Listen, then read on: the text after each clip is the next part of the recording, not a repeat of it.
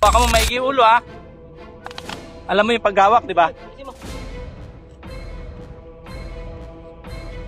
Yan, nahuli. Cobra. Ucha, Cobra King ka na. Nakikita ko saglit sila doon ah. Ayan, nahuli po, Cobra. Grabe oh. Ilapad mo nga, yan mo nga, hindi pa mo. Higit 1 metro. Oo. Oh, may higit 1 metro nga. O yan, ang haba po. Galing yan. Nagkarlan. Nagkarlang. Gano'n na rin kayo doon? Diba? Sa tela nga yung kanila. Tela, sabi siya.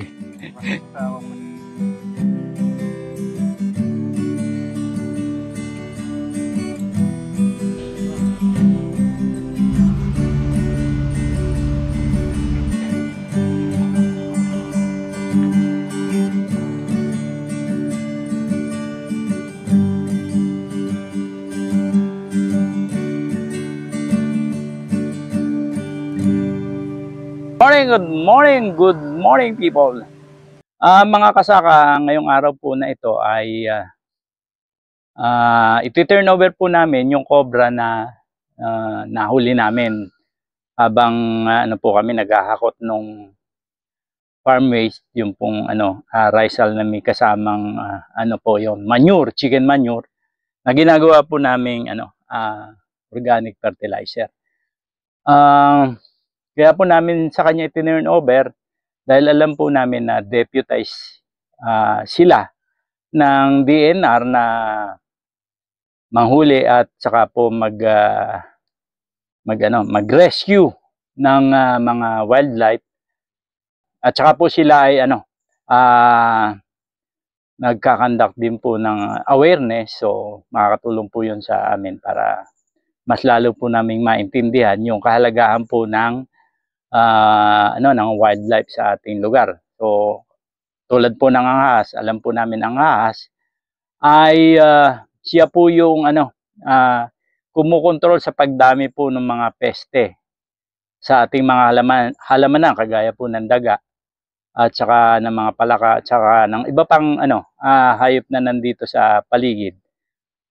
Ay kung wala po sila ay dadami po ang mga peste. So kaya po napaka-importante nila na huwag silang mawala sa ating ecosystem.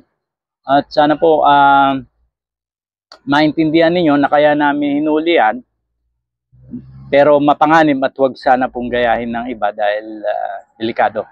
Ay napapanood po kasi namin lagi sila Cobra Prince kung paano manghuli at yung pong behavior po ng Cobra na hindi naman po sila talaga offensive, nasa defensive lang po naman sila. Pag sa dalawang pagkakataon lamang po sila nangangagat, base po doon sa mga nakikita namin at napapanood at in-explain din naman po nila Cobra Prince na kapag naapakan, nasaktan, so animal instinct po yun na kapag nasaktan gumagante at kapag nako-corner. So, yun po yung dalawang pagkakataon na talagang sila ay umaatake. At kaya po yun, kung yan po ay dahil nga po threat sa human life, sa amin, sa mga tao dito, at sa mga pumupunta rito, at yung pong lugar na kung saan ay nahuli namin yung Cobra ay favorite breeding ground nila yon. So, kung hindi po namin sila tatanggalin dito sa area, delikado. So, sasamantalahin ko na rin po sana na hingin ang attention ng DOH na makagawa po sana o maglaan po ng budget ng anti-venom sa bawat bayan ay mabigyan sana ng anti-venom para po mabawasan po yung casualty sa kagat ng mga Cobra. Madami na po kasi kami napanood na namatay dahil sa kagat ng Cobra. Kung nagawa po natin ng paraan yung anti-rabies na kagat ng aso, siguro naman po ay pwede rin po natin paglaanan ng budget ito Dahil ang magsasaka po at saka mga ahas ay hindi po maiiwasan na magkaroon ng engkwentro dahil ito pong mga farm ay natural habitat po yan ng mga ahas na pinupuntahan naman po ng tao para gumawa ng pagkain. At yung ahas, naghahanap ng pagkain. So talaga po silang magkakaroon ng encounter. Ngayon, kung meron po tayong anti-venom, makagat man ang ating mga kapwa magsasaka ay iwasan po natin ang casualty. Sana po mapakinggan po ng ating mga nanunungkulan na instead na gamitin sa kung saan-saan, napakadami po naman palang pera ng gobyerno. So napakaliit po na pondo ang ilalaan nyo para sa kapakanan po ng ating mga magsasaka. Ito po kami sa area na kung saan ay naghahakot nitong tinambak na galing sa poultry. Waste po sa ito, poultry, may risal po at saka po may nakahalo yung chicken manure. Ngayon, ang hinahakot po ito para dalhin po doon sa mga puno ng dragon fruit. Gagawin po naming pataba. So dito po nagkaroon ng encounter. Ngayon tatanungin po natin si Bulldog o Christopher. Anong tawag sa'yo? Si Christopher. Ang palayo po kasi sa kanya dito Bulldog. Pero Christopher po pangalan niya. At ano ba nangyari? Sige, kwento mo nga Nagpapalaho ako dito. Nasa ilalim po ako. Ayan, dito. Nagpapala po ako, napuno ko na to. Dapat aakit na ako. Nung pag-akit ko, nandito yung ahas. Galing siya dito. Nagkagulatan kami. Doon nung nakita ko siya, tumakbo na agad ako. Hanggang doon sa kalahati. Tapos bumalik ako dito. Nakita ko siya, nandito na. Pabalik ko siya ulit. Then pumunta ako doon sa kilabos. Doon tinawag ko sila. Tapos bumalik kami dito. Nakita namin na andun na siya. Palayo na siya. Tapos pagdating namin doon na namin siya inikutan. Hanggang bumalik siya dito, sa gitna. Inipit namin siya ng pala, saka ako hinuli. Oo. Muntik na po siyang masundo ni San Pedro. So ito, nagkagulatan kami dito. Kaya nang 1 metro yung pagitan namin eh. Kaya po nag-decide kaming huliin kasi yun nga malapit sa baka mamaya magkaroon na naman encounter delikado. So kaya po hinuli na lang namin. So yun po. Buhay naman po yung ahas. Hindi naman namin pinatay. Andun pa nga sa inyo Nasa bahay pa po. Nasa bahay, okay. So ayan po yan. Kasi kalapit po dito yung taniman namin ng talong. Ayan. So malapit po ito doon sa mga taniman, pati doon sa dragon fruit. So delikado. So kailangan namin talagang i-relocate yung cobra. Philippine cobra po. Yan. Dapat sa ulo. Ay baka umakyat dito. Ayan, bumalik. Sa ulo dapat, sa ulo. Ay wag yan kaya.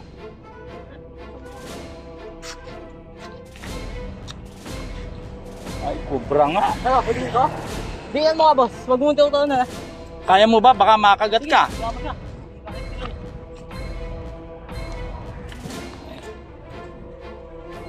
Di boss. Okay, tanggalin ko na. Hawakan mo maigi ulo Alam mo yung paghawak, di ba?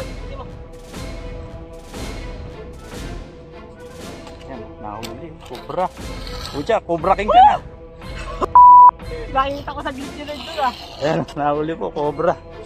Grabe May tape ka doon sa sasakyan. Oo, sige, lariyan natin tape. Okay. Surrender natin sa dito. DNR. Para di na dito to. Ito po, nakahuli ng cobra. Nag-aakot ng ng carbonized risal. Hindi, risal Oo, namihalong ipot. Biglang lumabas, nagulat siya. Pagkaakyat ko, daan doon, nagmukhaan kami Oo. Wala nang isang di pa yung pagitan namin Nakabukod na yung ulo Ilapad mo nga, yan mo nga, hindi pa mo.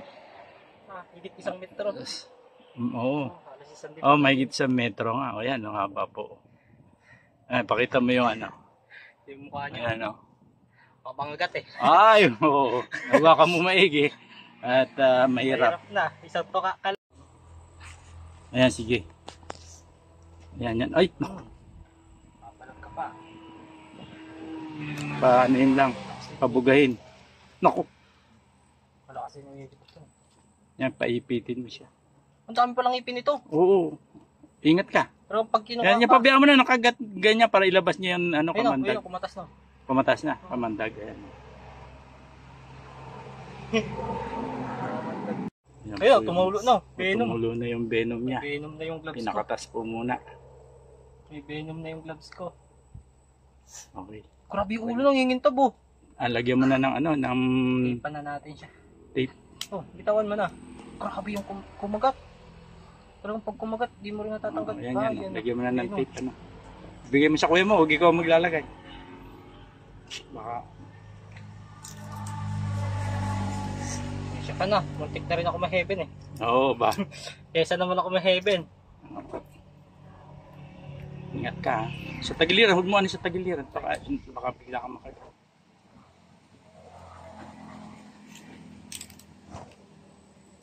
Huwag siya makakaikot. Mata, tamaan yung mata. Tatamaan yung mata. Parang sa gloves. Wait lang. Ang na venom. Hindi, maghugas na ako kamay. Boy, tanggal. Sa sigod-lugod mo hawakan. Tapos, magkakamay ako mamaya pagkain. Nako. Kamandag.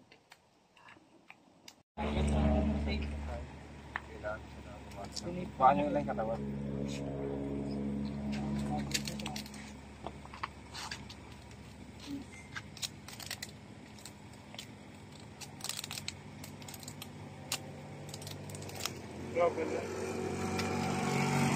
Saan pa kayo galing yan?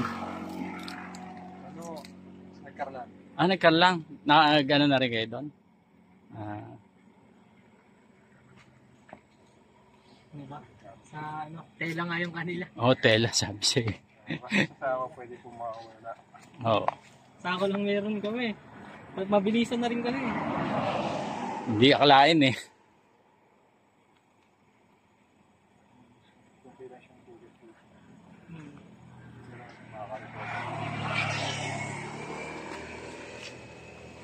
Yung, may venom pa din oh. Oo, Pinakagat ko na sa kahoy yan. hindi, gaano naman yata nakaka-recover yung ganyan.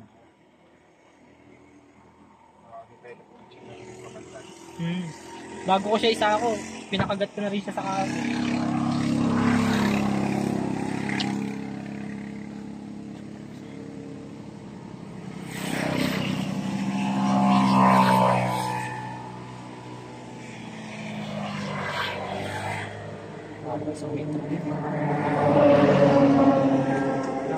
Malaman ako ata kuya.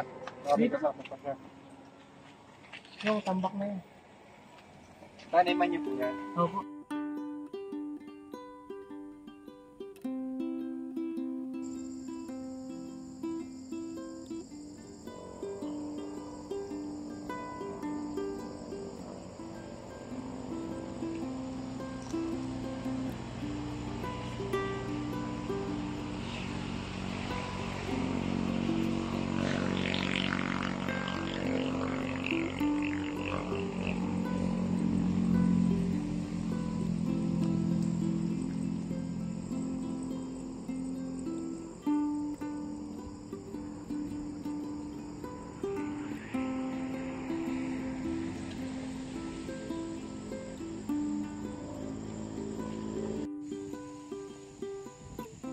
So, ito po yung luya na 4 months old.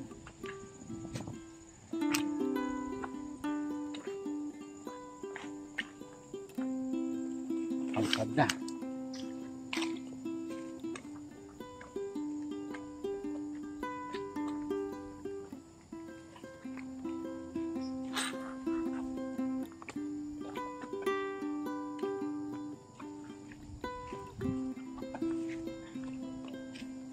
Ang ganda na siya. Tingnan ko malabas na yung laman.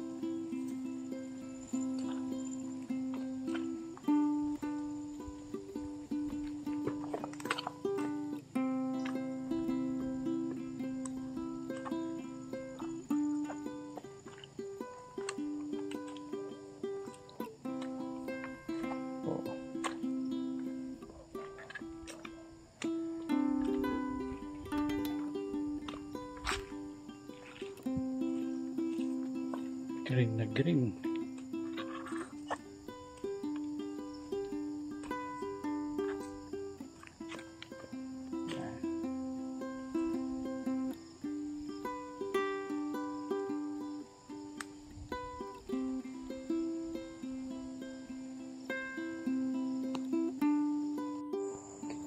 So, ito na po yung labanos. Magwa 1 month na po ito. Ayan.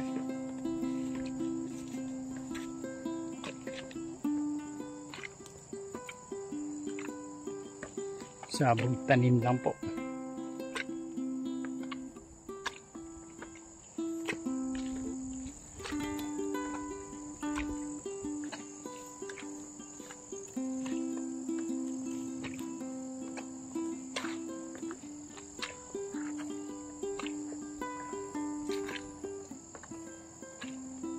So, may naka-intercrop po ito na luya. Pagkatanggal ng labanos. So, luya na po yan. Ito po sa inyo. Yan po. Pababa po yan, pababa. So, may mga luya po yan.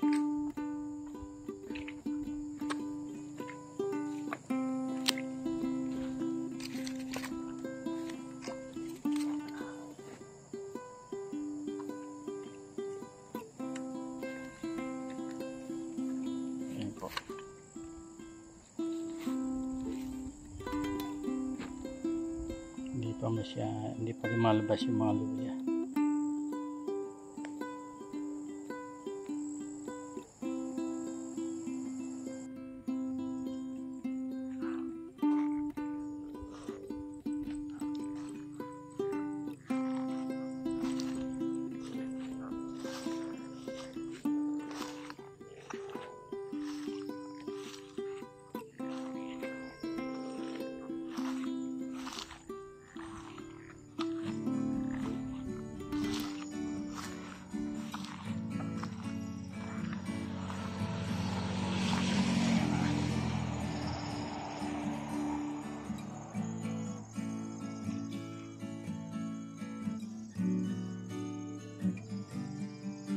So yun lang po, maraming po salamat. Sana po panoorin niyo ang iba pa naming video at mag-subscribe na rin po kayo at i-like and i-share dahil marami pa po kami i-share para po sa ikaulan ng ating pagsasaka.